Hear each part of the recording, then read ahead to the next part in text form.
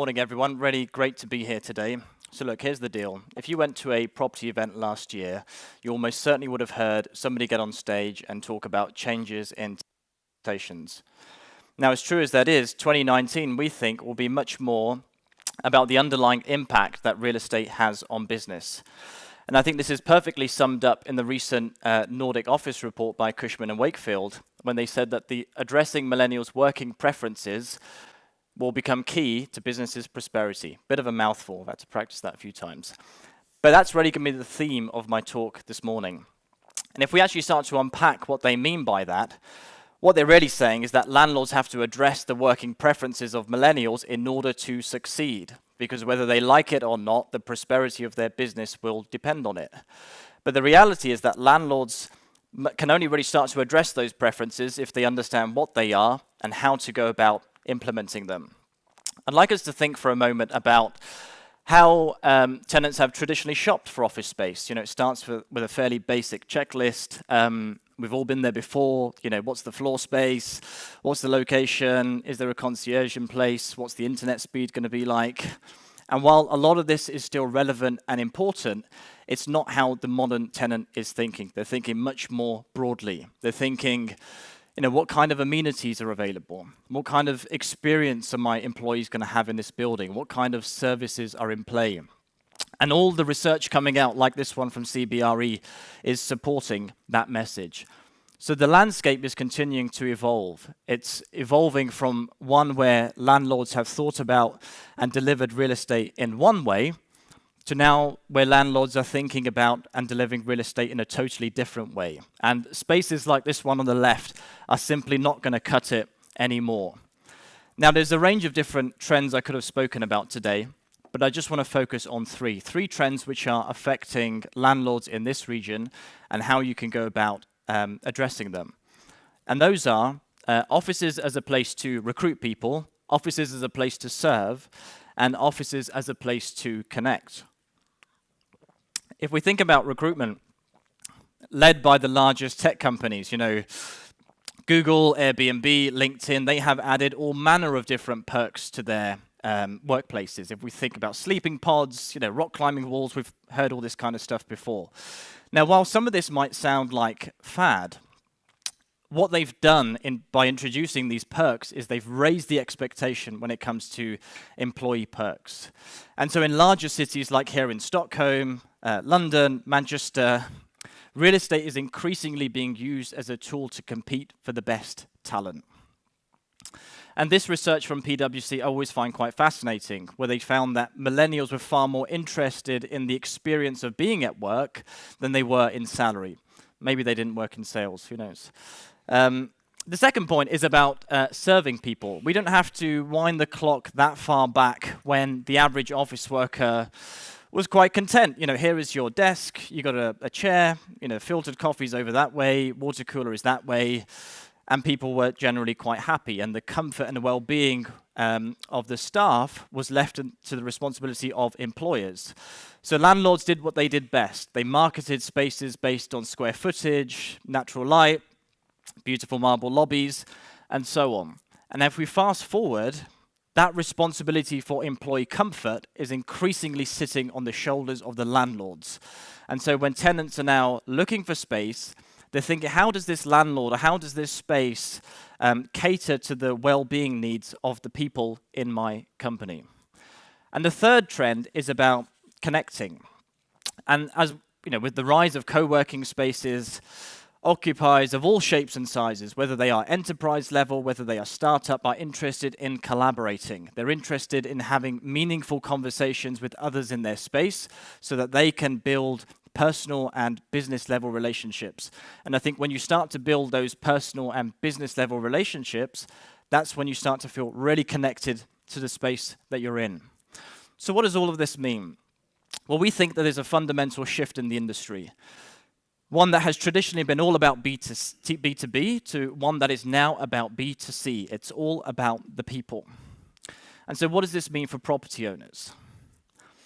Well, it means that this shift, in some ways, this shift is quite a natural fit for landlords in this region because it's always been one that has produced high-quality consumer, people-focused brands, whether it be the world's safest car company, whether it be everyone's favorite streaming site, or the world's favorite furniture store. And it's that same convenience and people-first outlook that's going to be driving the real estate market too. I think the best evidence for that is the fact that WeWork are coming into this region. We'll be hearing a little bit later from Henrik. And if there is one brand in the real estate sector that has really nailed and understood the preferences of millennials, it's certainly WeWork.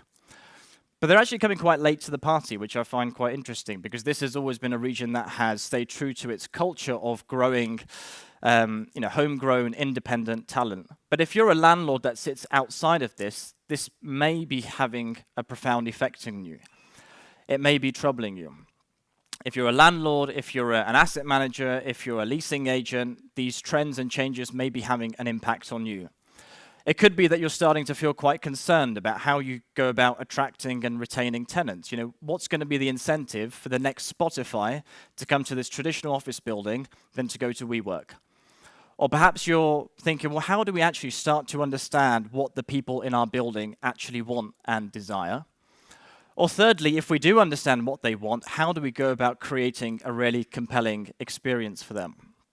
And so, let's just imagine that there was a solution that allowed landlords to deliver and activate those same benefits, that flexibility, community, engagement within their own real estate portfolios. Now, I'll be gobsmacked if this surprises anybody, but of course that does exist in the form of Equiem. And so we are an end-to-end engagement platform for real estate. We help landlords to streamline communication with their tenants, allowing those tenants to connect to different services, amenities, retail, so they can do everything from ordering cups of coffee to booking yoga sessions to connecting with each other. You can see what's happening on the interactive screen here. But for the landlord, we're enabling them to better understand their tenants in a way that they just couldn't do before. I want to take you back now 7 years. 7 years to when the business first started in the heart of Melbourne. A 1 million square foot office tower called Rialto. The landlord there was truly struggling to understand, who the tenants in the building were, what they liked, what they didn't like. And this was at a time when it was a really competitive environment. There were lots of shiny office towers going up in and around the building. And the landlord was just worried about how do they still compete in this competitive environment. And so Equiem stepped in, and we turned a spreadsheet of some 62 tenant reps into a community of over 4,000 people, where they're using our technology to connect to different services, amenities, doing some of the things I showed you on the previous screen. And it now means that the landlord starts to understand their tenants in a way that they never could before.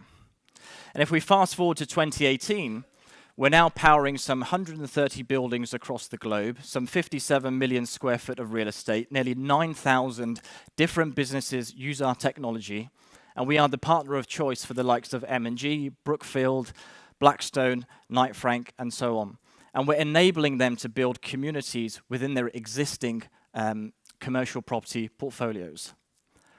And I just want to finish by sharing 3 final points about the impact that Equiem is having on the industry. From a landlord perspective, we're enabling them to understand their tenants in a way they just never could before, transforming the way they extract data about demographics, usage patterns, about likes, dislikes that tenants have, so that ultimately we can shape a much better experience. From the tenant perspective, enabling them to ultimately compete in the war for talent and attract the best possible people into their businesses.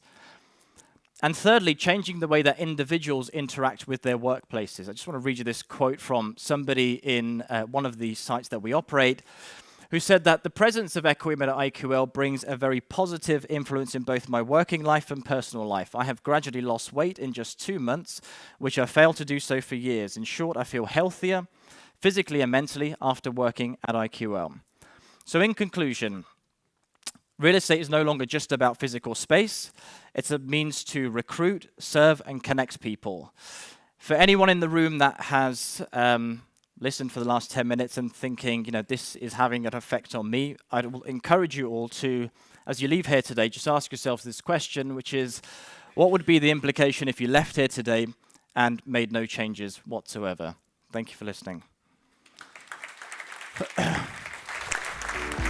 Thanks, Evan. Thanks.